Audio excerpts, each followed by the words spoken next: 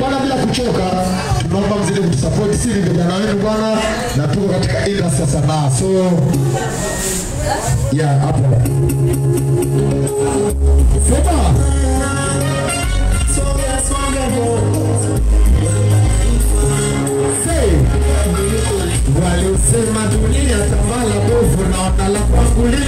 nachoka, moyoni maumivu hadi kupenda tena naogopa.